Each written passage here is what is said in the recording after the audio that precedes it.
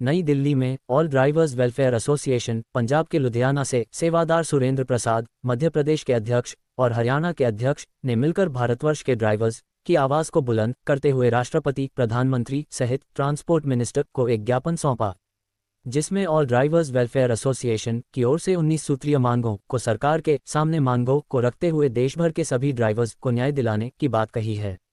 आपको बता दें कि ऑल ड्राइवर्स वेलफेयर एसोसिएशन पिछले एक दशक से देश के सभी ड्राइवर्स की आवाज को उठाती आ रही है। आइए देखते दिल्ली से प्राइम इंडिया न्यूज के संवाददाता मनोज सैनी की ये report. Dinesh Pariyar, all driver कल्याण संघ भारत से, उज्जैन से, जिला अध्यक्ष मध्य प्रदेश से। क्या मामला है? आप दिल्ली पहुंचे हैं, कई जगहों पर आपने अपनी मांगे।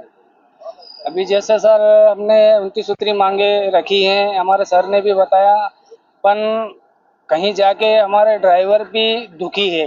मध्य प्रदेश में जैसे हमारे मोहन जी यादव हुए, सीएम साहब है, उनने एक अच्छा काम करा है ताकि चेक पोस्ट बंद हो गए हैं, क्योंकि ड्राइवर वहाँ जाके चेक पोस्ट पे पीड़ित होता था, मारा पीटी करते थे, वहाँ पे गुंडागर्दी फैला रखी थी, गुंडे उनको बिठा रखा था। तो ये काम अच्छा हुआ कि मध्य प्रदेश में गुंडागर्दी बंद हो गई चेक पोस्ट पे।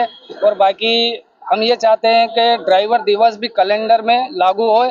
ड्राइवर भी एक देश का आंतरिक सिपाही है, उसे भी मान सम्मान मिलना चाहिए, ताकि क्या है कि इस प्रांत से उस प्रांत तक खाने से लेकर हर चीज ड्राइवर सप्लाई करता है, चाहे वो टैक्सी में कैसे भी करके, मतलब ड्राइवर को भी एक मान सम्मान मिलना अनिवार्य है सर।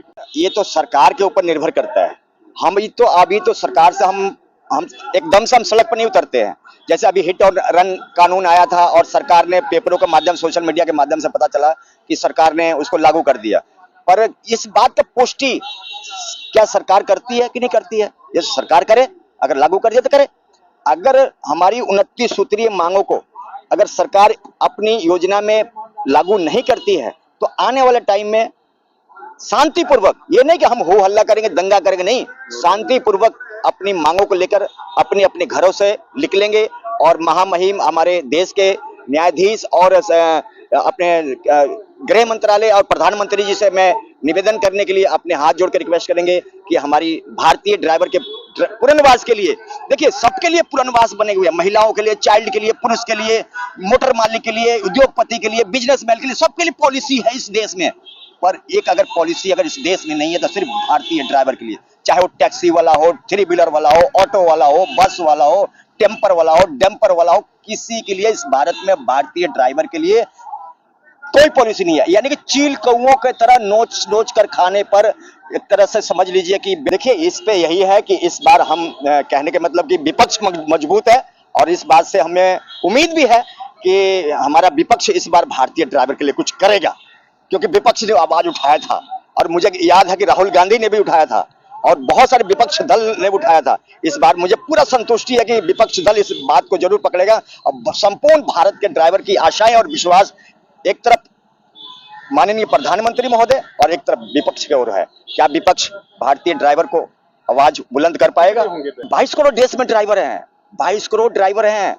जिस देश का नारा है अतिथि देवो भव, तुम अतिथि देवो भव के नारा दे रहे हो, उस अतिथि देवो भव को घुमाता कौन है? आप यहाँ पे चैनल के कवरेज कर रहे हैं, आपके माता पिता को हॉस्पिटल जाना हो, तीर्थ शहर यात्रा करना हो, पुलिस एम्बुलेंस की गाड़ियां चलाना हो, कौन चलाता है? ड्राइवर चलाता है। उसके लिए क्यों नहीं? आपके माता पिता को जो घुमाता है उसके लिए पॉलिसी क्यों नहीं? ये हमारा खास सवाल है। चैनल के माध्यम से आपके दर्शकों का धन्यवाद करता हूँ। और सर जी देखो, मैं एक ड्राइवर हूँ और हमारे जितने भी लीडर है सभी ड्राइवर है, और हमको ये पता है कि जब देश के कोने कोने में जाते हैं तो हमें किस किस तरीके से जूझना पड़ता है, प्रताड़ित हुआ करता है। तो आज भारत में ड्राइवरों के लिए कोई सुरक्षा सरकार ने नहीं बनाई, ना कोई पॉलिसी लाई है। और जो हमारी जो 29 अहम मांगे हैं जनहित जन कल्याण के लिए, पिछले कई दशकों से हम अपने ज्ञापनों को भेजता रहे, पर सरकार सुनने को राजी नहीं है। पर कहीं ना कहीं ड्राइवरों का शब्द सरकार के उच्च अधिकारियों के पास आने लगा है। जैसे कि अभी मध्य प्रदेश की बॉर्डर बंद करी गई है। ये मसला मध्य प्रदेश का नहीं है, भारत के हर एक राज्य की बॉर्डर पे गुंडागर्दी है, जहां हर जगह ड्राइवर को लूटा जाता है, चाहे वो टैक्सी ड्राइवर हो, चाहे वो बस ड्राइवर हो, चाहे वो ट्रक ड्राइवर हो। और ड्राइवरों की सुरक्षा ना होने की वजह से भ्रष्ट अधिकारी हो या गुंडे हो या मोटर मालिक हो या कोई भी महकमा हो, ड्राइवर के ऊपर भारी पड़ता है।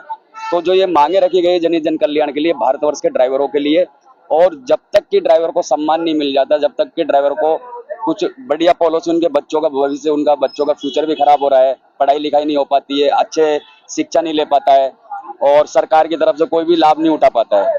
तो भारत सरकार ड्राइवरों के ऊपर भी ध्यान करे और ड्राइवरों के लिए भी बजट पास करे।